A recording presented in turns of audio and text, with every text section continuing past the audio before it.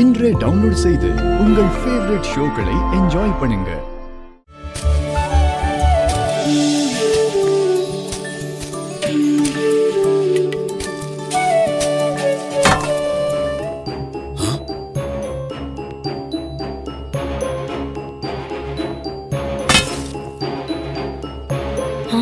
என்ன சத்தம்? என்னப்பா வித்தியாசமா சத்தம் கேக்குது? என்னப்பா நங்குன்னு சத்தம் கேக்குது? தெரியலங்கய்யா, எனக்கும் அப்படிதான் கேட்டுச்சு. சரி சரி, அந்த இடத்த நல்லா தோண்டுங்க. சரிங்க.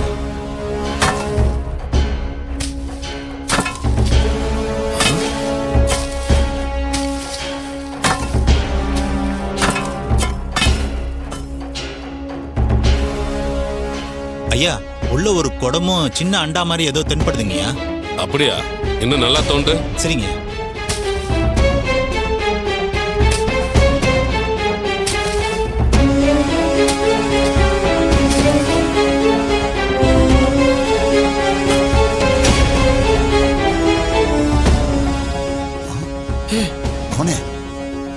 ஐயா, இது குடமே தான். மேல ஏதோ துணியை போட்டு கட்டிருக்காங்க. சரி, அதை மேல தூக்கிட்டு வாங்க.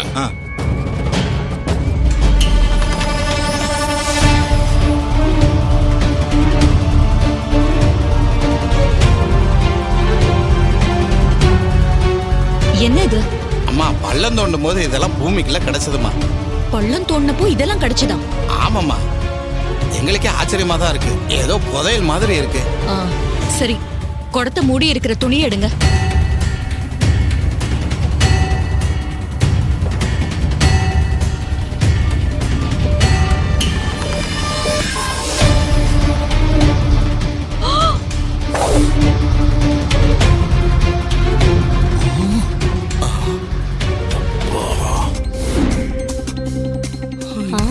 என்னப்பா இவ்வளவு நகைங்க? இவ்வளவு நகைங்களா? எவ்வளவு நகைக்குது? குறைஞ்சது 2000-3000 சவரம் இருக்குமா?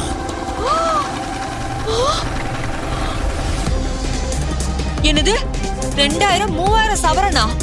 ஐயோ, நினைச்சு பார்க்கவே பிரமிப்பா இருக்கே. 2000-3000 சவரனாமே?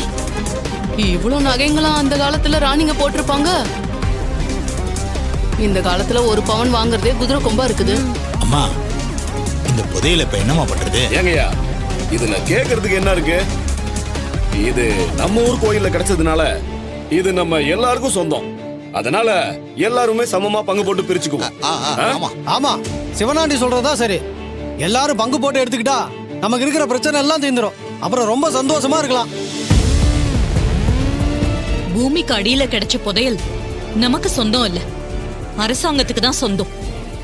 நாமளே வச்சுக்கலாம் நினைக்கிறதெல்லாம் ரொம்ப தப்பு. அது சட்டப்படி குற்றம்.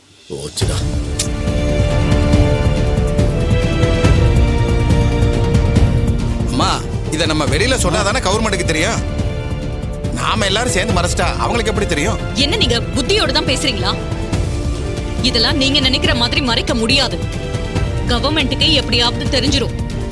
அப்புறம் நாம எல்லாரும் புதையல மறைச்ச குற்றத்துக்காக தண்டனையை அனுபவிக்க வேண்டியதுதான்.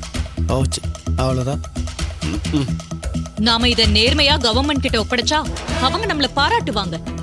நம்ம ஊரை பத்தி மீடியாக்கள் எல்லாம் பெருமையா பேசுவாங்க. அதனால இத கவர்மெண்ட் கிட்ட ஒப்படைக்கிறது தான் சரி. ஏங்க, கவர்மெண்ட் மீடியா எல்லாம் பாராட்டுறதா நமக்கு ரொம்ப முக்கியம். இந்த புதையல கடவுளா பார்த்து நமக்கு கொடுத்திருக்காரு. எல்லாரும் பிரிச்சு எடுத்துக்கிட்டு சந்தோஷமா இருக்க வேண்டியது தானே? ஆமாம்மா, நியாயம் தர்மம் பேசிக்கிட்டு இருந்தா நமக்கு எதுவும் கிடைக்காது. நாம யாரையும் ஏமாத்தலாம், அடிச்சு போடுங்களா. நம்ம ஊர்ல கிடைச்ச புதையல நாமளே வச்சுக்க போறோம். அவ்வளவுதானே? அதானே. நகையை பார்த்ததும் உங்க மனசெல்லாம் எப்படி மாறி போயிடுச்சு பாருங்க. தப்ப கூட நியாயப்படுத்துறீங்க. ஹலோ ஹலோ, ஆர்கியாலஜி டிபார்ட்மெண்டா? ஆமா மேடம். சார், நான் திருப்புலானி ஊர் தலைவர் பேசுறேன்.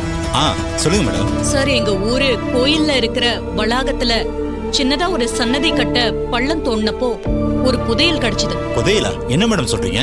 ஆமா சார், ஒரு குடம் நிறைய பழங்காலத்து நகைங்களும் ஒரு சின்ன அண்டா நிறைய இன்னும் கொஞ்சம் நகைங்களும் இருக்கு. அத உங்க டிபார்ட்மெண்ட் கிட்ட ஒப்படைக்கணும். அதுக்கு தான் நான் உங்ககிட்ட ஃபோன் பண்ணி தகவல் சொல்றேன். ரொம்ப சந்தோஷம் மேடம். நேர்மையா நடந்துக்கணும்னு நினைக்கிறீங்க பாத்தீங்களா? வாழ்த்துக்கள். Thanks sir. நீங்க வந்தா நாங்க இந்த புதையலை ஒப்படைச்சிருவோம். மேடம், இன்னைக்கு அதிகாரிகள்லாம் ஒரு மீட்டிங் விஷயமா சென்னைக்கு போயிருக்காங்க. நாளைக்கு வந்துருவாங்க. நாளைக்கு வந்து அதை கலெக்ட் பண்ணிக்கிட்டுங்களா? சரிங்க சார். நாளைக்கு வந்துருங்க. Okay madam. சரி, தேங்க்யூ. அத்தை, நான் சொல்றேன், தப்பா எடுத்துக்காதீங்க. இது நீங்க இங்க கொண்டு வந்தது சரியில்லை. இது இங்க இருந்துச்சுன்னா தேவையில்லாம பிரச்சனை தான் வரும். எங்கடா இன்னும் நீ வாயை திறக்கலையேன்னு பார்த்தேன். பெருசா கருத்து சொல்ல வந்துட்டான். ஏய் பாய் முடு, மாப்பிள்ளை பேசுறாரு, குறுக்க மரியாதை இல்லாம பேசிட்டு இருக்க. என்ன சொல்றாரு முதல்ல கேளு.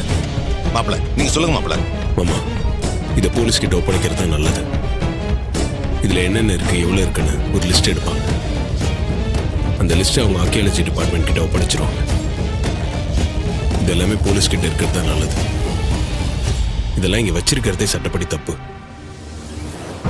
டேய், இதெல்லாம் சொல்றதுக்கு நீ யாரு? எனக்கு சட்டத்தை பத்தி சொல்லி தரியா? இந்த நகைங்கெல்லாம் இங்க இருக்கிறது சரியில்லை.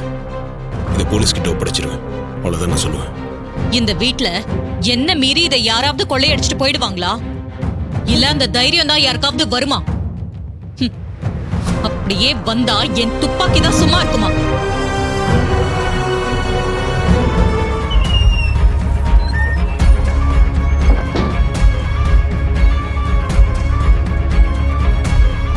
இந்த ரூம் ஏன் கண்ட்ரோல்ல தான் இருக்கும். நாளைக்கு காலையில வரைக்கும் இந்த பக்கம் யாரும் வரக்கூடாது. புரிஞ்சுதா?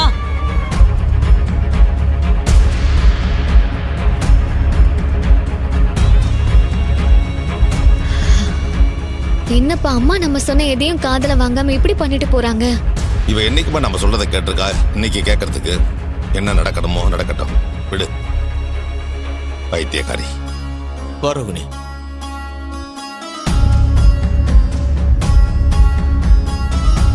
இதுதான் நமக்கு இப்போ ரொம்ப நல்ல சந்தர்ப்பம். தெரிஞ்சோ தெரியாமலோ கோயில்ல கிடைச்ச புதையல வீட்டுக்கு கொண்டு வந்துட்டா என் அக்காக்காரி. அத போலீஸ் கிட்ட ஒப்படைச்சிடலான்னு தான் அந்த டிரைவர் பையன் சொன்னான். ஆனா அத அவ சுத்தமா கேட்கவே இல்லை. இத நமக்கு சாதகமா பயன்படுத்திக்கிட்டு அந்த புதையல ஆட்டையை போட்டுட்டா ஊர் ஜனங்க கோபம் அக்கா மேலதான் திரும்பும். அவளை அசிங்கப்படுத்தி அவமானப்படுத்தி ஊர் தலைவர் பதவியில இருந்து கூட இறக்கிறதுக்கு வாய்ப்பு இருக்கு. அதே சமயம் இதை எல்லாத்தையும் செஞ்சது அந்த டிரைவர் பையதான்னு நிரூபிக்கிற மாதிரி நாம ஏதாவது பண்ணிட்டா போதும். நாளைக்கு இந்த நகைங்கள்லாம் ஆர்கியாலஜி டிபார்ட்மெண்ட்ல ஒப்படைக்கிற வரைக்கும் நம்ம தான் பத்திரமா பார்த்துக்கணும். நீ சொல்றதும் கரெக்ட் தான். அம்மா இதுல ரிஸ்க் தெரியாம நீ சொல்றத கேட்கவே கூடாதுன்னு இருக்காங்க. நாம தான் அவங்களுக்கு எந்த பிரச்சனையும் வராம பாத்துக்கணும். அவங்களுக்காக இவ்வளவு யோசிச்சு நீ நல்லது பண்ற. ஆனா அவங்க எதையுமே புரிஞ்சுக்காம உன்னை எதிரியா தானே பாக்குறாங்க. நேரம் வரும்போது அவங்களே புரிஞ்சுப்பாங்க. சரி, இதையெல்லாம் எப்படி செய்ய போற? அதுக்கு என்கிட்ட ஒரு ஐடியா இருக்கு.